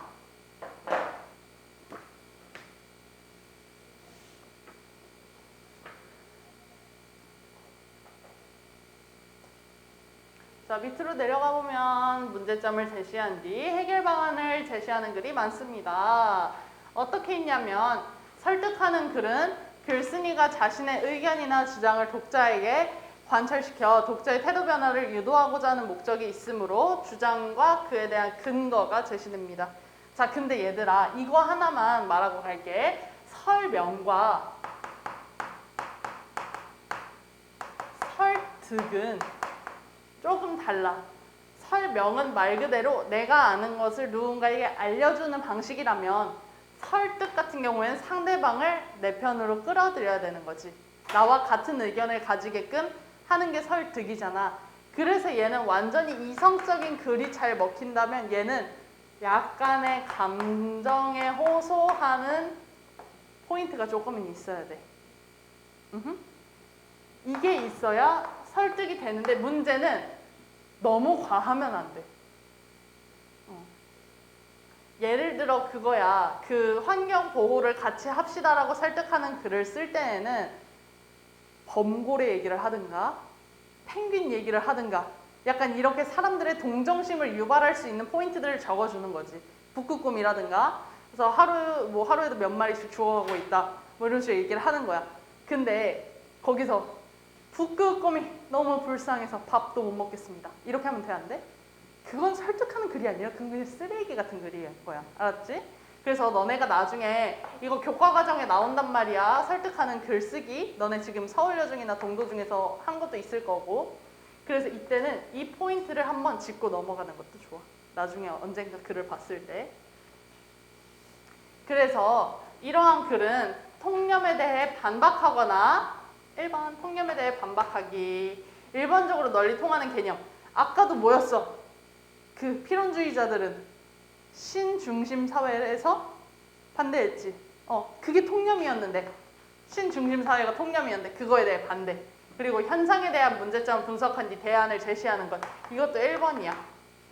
혹은 대립되는 가치관을 제시한 뒤 두 주장을 여기 설까 저기 설까가 아니라 이거 두 개를 합쳐버리는 거야. 둘의 장점만 가져온다 이거야. 그래서 통합하는 것은 2번이야. 자, 1번 글의 경우에는 문제점과 근거 플러스 대안의 근거의 형식을 띠는데 설득을 하기 위해서는 우리가 반드시 뭐가 필요해? 객관적인 근거. 북극곰이 하루에 몇 마리씩 죽는 거 우리 뇌피셜로 하면 돼? 안 돼. 네이버 블로그로 하면 돼? 안 돼. 절대 안 되고 반드시 객관적인 근거가 있어야 돼. 그래야 뒷받침이 되지. 뒤에 글 2번 통합하는 글의 경우에는 논쟁이 되는 가치관에 어떤 것이 있는지를 소개를 먼저 한 다음에요. 본론에서 각 주장의 차이점을 분명하게 대비해서 한계를 지적을 해. 그 다음에 얘네 뭐만 가져와? 장점만 플러스 플러스 하는 거야. 그래서 절충하거나 합의점을 찾아서 너무 안 된다. 플러스 마이너스면 둘 사이에 제로를 찾자. 이렇게 하는 게 설득하는 글입니다. 자, 밑에 글도 한번 읽어볼까?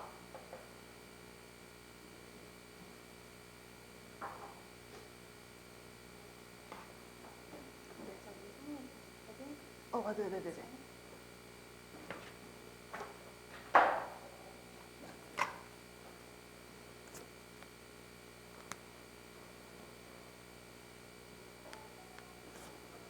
영수증이나 받을래? 감사합니다.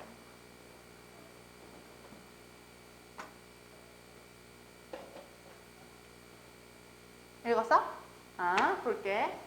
자, 화석 연료에만 의존한 에너지 사용은 국가 간 분쟁뿐 아니라 전 지구적인 기후 변화를 일으킨다. 자, 지금 지구는 화석 연료로부터 배출된 온실가스로 인한 온난화 현상으로 골치를 썩고 있으며 기상 이변도 해마다 늘어나 그 피해도 점점 커지고 있다. 지금 여기 앞에 문장에서 뭐 하고 있는 거야? 맨 첫 번째 문장에서? 자, 위에 그 1번 개념이나 현상에 대해 설명하는 글이 많다.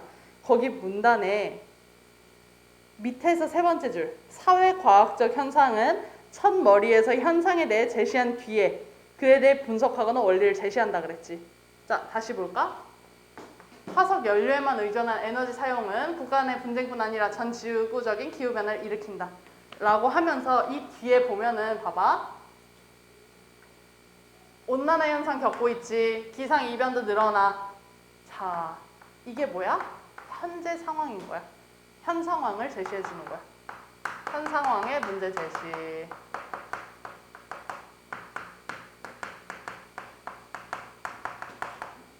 뒤에 따라서 수많은 문제를 일으키는 원인이 되며 머지않아 고갈될 것으로 추정되는 화석 연료를 계속해서 사용하는 것은 미래의 후손을 고려하지 않는 무책임한 행위이다. 무언가 화석 연료를 대신할 방안을 찾아야 된다.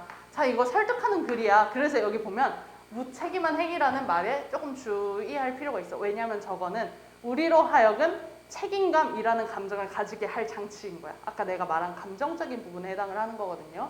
그래서 화석 연료를 대신할 방안을 찾아야 된다 라면서 마지막에 대안책까지 제시를 하고 있어요.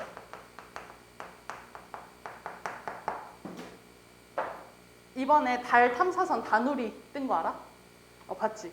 그 다누리가 지금 우리는 지금 다누리가 떴구나 이러고 있는데 외국에서 난리가 났대. 특히 과학계에서는 지금 이 다누리가 미친 듯이 집중을 받고 있는 거야. 왜냐하면 그 안에 탑재된 카메라가 다른 나라에서는 상상도 할 수 없는 기술력이래. 달을 투영하면서 그 달의 뒤편까지 한 번에 볼 수 있는 그런 카메라를 탑재했다 하더라고. 근데 이 다누리가 왜 지금 그렇게 전 세계적인 관심을 받고 있냐면 화석 연료를 대신할 방안을 찾아야 되지. 그게 달에 있대. 그래서 달의 원료 3스푼이면 석유의 4,000톤이랑 맞먹는다 하더라고. 근데 그걸 지금 누가 가장 먼저 갔어? 우리나라가 먼저 갔잖아. 그러니까 이게 성공하느냐 안 하느냐에 따라서 이게 갈리는 거야. 그러니까 더 이상 석탄과 석유가 지구에서 나지 않아. 그러니까 화석 연료를 대신할 뭔가가 필요해. 그거를 이제 어디서 찾는 거야? 우주에서 찾겠다고 지금 나간 거야. 그래서 다누리가 우리는 정작 아무렇지도 않은데 외국에서는 정말 난리가 난 사안이었대. 하여튼 나중에 한번 어떻게 되는지 12월 31일에 결과를 봅시다. 달에 12월 31일에 도착한대잖아. 진짜 오래 걸리지. 4개월 반. 자, 우리는 근데 글을 쓸 때 관점 없고 태도 없는 글을 쓰면은 이거는 좀 모호한 글이 되겠지. 그래서 관점은 어떤 대상에 대하여 글쓴이가 지니고 있는 기본적인 생각, 입장, 시각 같은 걸 말을 하는 거야. 그래서 태도 같은 경우에는 뭐 사물, 사건 또는 사회에 가지는 심리적인 자세가 태도인 거고, 그리고 글에는 설명이나 주장의 밑바탕을 이루는 글쓴이의 관점과 태도가 나타나기 마련이니까 너네가 주제를 잘 파악하고 싶으면 이 사람이 어떤 관점을 지니고 있는지를 알아야 돼. 부정이냐 긍정이냐라는 가장 간단한 거에서부터 시작을 해서 이 사람의 최종 관점은 이거구나 라는 결론까지 도출할 줄 알아야 되는데 정확히는 여기서 한번 말해볼게. 글쓴이가 어떤 관점이나 태도를 가지고 대상이나 문제 상황을 보느냐에 따라 글의 논지가 결정이 된다. 자, 동일한 현상에 대해서도 그것을 긍정으로 바라보느냐 혹은 부정으로 바라보느냐에 따라서 글의 내용이 달라지게 된다라고 했어. 너네가 뮤지컬, 영화 이런 걸 보러 가게 되면은 관객으로서 가는 거지. 그래서 예술을 보는 관객.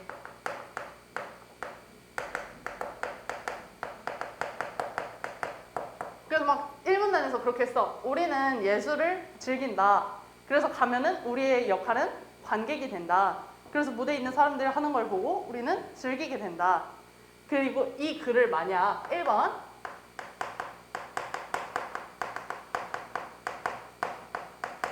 아리스토텔레스가 적었다면은 이 사람은 긍정으로 썼을 거야. 왜냐면 아리스토텔레스는 특히 공연을, 예술보단 공연인데, 그래서 공연을 바라볼 때 우리 왜 지금으로 말하면 사이다 있지.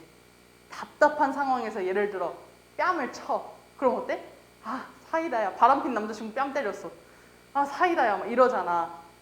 그런 걸 보면서 권선징악 이런 걸 보면서 관객이 느끼는 감정이 여기서 나왔어. 그 말이 카타르시스라고. 들어봤지? 카타르시스가 바로 그거야. 관객이 이 예술에서 대리로 느끼는 감정, 그걸 카타르시스라 그러는데, 그래서 우리가 권선징악의 장면을 보며 저건 하지 말아야겠다, 바람은 피면 안 되는구나, 이런 걸 딱 보고 느끼는 게 있으니 우리에게 예술은 좋은 것이다. 그치? 근데 반면에 이번에 이데아론으로 유명한 플라톤이 나온다면 이 사람은 무조건 부정으로 써. 우리가 보면은 당연히 감정이 동화될 거 아니야. 근데 그 공연을 보면서 감정이 동화되는 것 자체가 이 사람은 미개한 거라고 판단을 한 거야. 우리의 마음을 흔들어 놓는다고. 그릇된 인식을 심어둔다고. 그래서 지금 예술을 보는 관객이라는 글을 쓸 건데 지금 봐. 얘가 하느냐 얘가 하느냐에 따라서 글 자체가 아예 달라지겠지. 그치? 그래서 특히 설득하는 글은 독자를 설득하는 것이 목적이니까 여기서 이제 이런 걸 쓰는 거야. 인생관이며 세계관이며 이런 걸 쓰는 거야. 그래서 자신의 주장과 관련의 대상에 대해서는 긍정적이거나 당연히 우호적인 태도를 취하겠지. 설명하는 글은 설득하는 글에 비해 객관적이야. 그래서 무언가 정의를 내리고 딱 설명만 한다 그러면은 관점과 태도를 사실 잘 모르는 글도 많기는 해.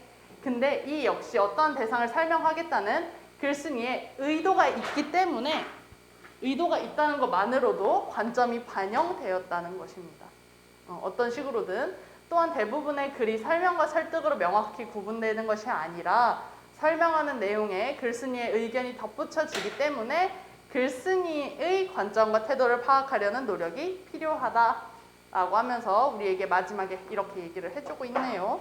밑에 글 한번 읽어볼까요? 그러고서 글쓴이의 관점이 어떤지 한번 파악을 해봐봐.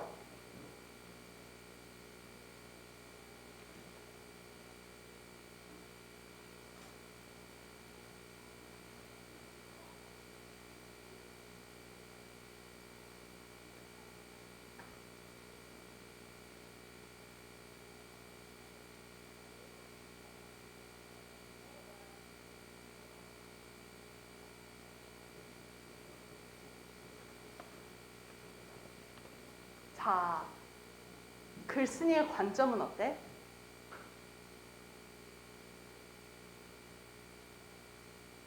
일단 여기 안에 들어가 있는 이 문장과 이 문장 있지? 이 두 문장에 대해서 글쓴이의 입장은 어때? 그치, 글쓴이의 입장은 반대 입장이야.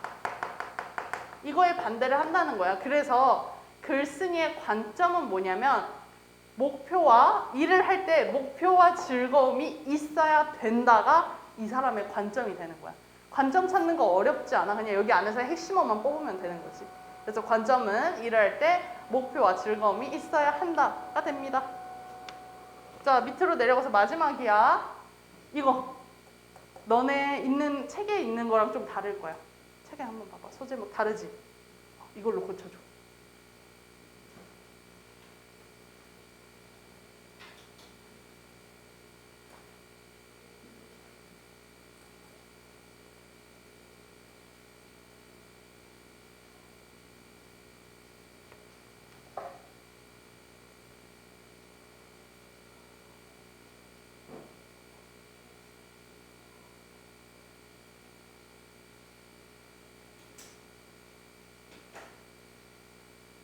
자,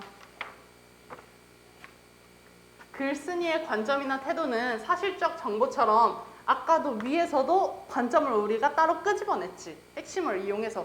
그것처럼 직접적으로 명확하게 제시되는 게 아니라 우리가 따로 미루어 짐작해야 된다는 거야. 아까처럼. 대상에 대한 관점이나 태도를 정확하게 파악하기 위해서는 1번 글쓴이의 생각을 요약 정리하는 건 기본이야. 이건 완전 기본이야. 자, 이를 바탕으로 2번 대상에 대한 글쓴이의 기본 입장을 추리해야 돼. 미루어 짐작을 해야 된다는 거야. 설득적인 글에서는 글쓴이의 의견 속에 관점이 그대로 나타나기는 해. 왜냐하면 설득은 뭐가 들어가니까? 감정적인 부분이 들어가니까. 그래서 관점이 그대로 나타나긴 하는데 주로 어딜 통해서? 결론을 통해서 우리가 추론할 수 있다. 관점과 태도를 파악할 때 유의해야 하는 것은 자, 우리 이거 글 속에 제시된 전문가의 의견 아까 뭐라 그랬지? 2글자로? 인용. 인용은 원래 어떤 역할이냐면 글쓴이의 주장을 뒷받침하는 근거의 역할로 작용을 했지. 근데 그렇다고 이 하나의 글 안에서 이 인용이 이 사람의 입장과 똑같지 않을 수 있다는 거야. 오히려 반대로 황금보기를 돌같이 하라 라고 말한 그 인용문에서 반대로 어떻게? 아닌데? 황금이 좋은데? 이렇게 말할 수 있다는 거야. 돌보다 황금이 비싼데? 이런 식으로 오히려 이거를 발판 삼아 내 입장을 더 강조할 수도 있는 포인트가 있거든. 여기 딱 나와 있어. 그래서 글쓴이는 이에 대해 중립적일 수도 있지만 뒤에가 더 중요해. 반론의 근거로 삼는 거야. 그래서 자신의 주장을 강화할 수도 있다. 자, 이거 아까 우리 배웠던 지문을 예시로 들어보자. 필론주의에서 진리를 찾았다라고 주장하는 사람들을 만약에 인용을 했다 그래. 그 사람들의 말을 인용을 했다 그래. 그럼 필론주의자들은 어떻게 했어? 이거를 반론의 근거로 삼아서 자신들의 주장, 진리는 찾을 수 없다를 오히려 더 강조를 하겠지. 그 사람들을 독단주의로 비판하면서. 그래서 이렇게 관점과 태도는 글쓴이의 의도와 화제의 종류에 따라 달라지는 것이기 때문에 일정한 유형이 있는 건 아니야. 규칙이 없다는 소리야. 그냥 막 나타나거든요. 밑에 글도 한번 읽어보세요.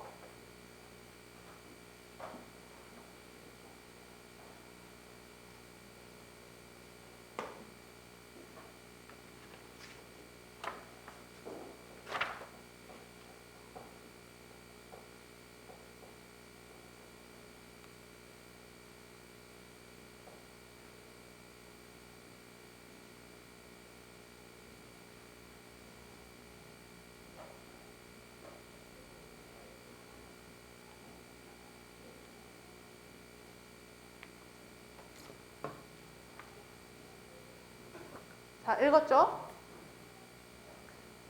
자, 이 사람 여기 계면활성제가 사용되고 있다. 그러면서 천연 원료를 사용한 세제가 늘고 있는 추세이다. 뒤에 문장 안 봤다 생각하고 여기까지만 봐봐. 그러면은 이 사람은 뭐에 대해 부정하고 뭐에 대해 긍정적인 입장을 가질 것 같아?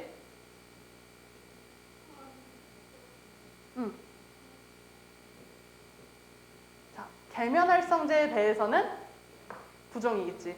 그리고 천연 원료를 사용한 세제는 긍정이겠지.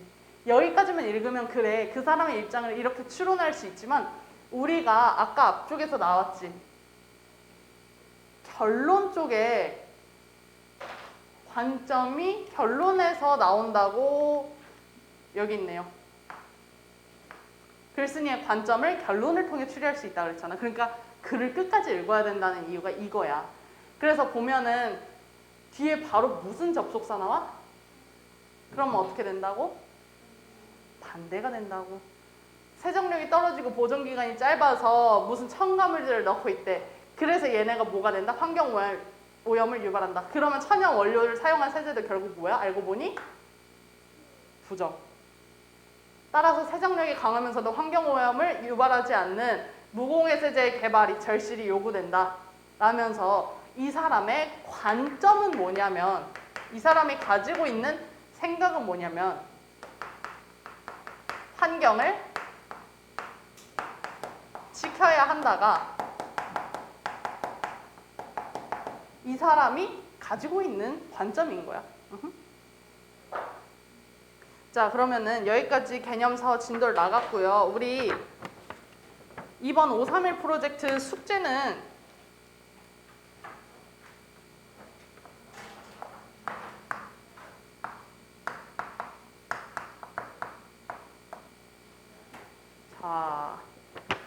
지금까지 틀린 거 고쳐오고 내가 앞에 목차에 너네 해야 될 거 적어놨거든. 그거 보면서 해오고 몇 강을 해오면 되냐면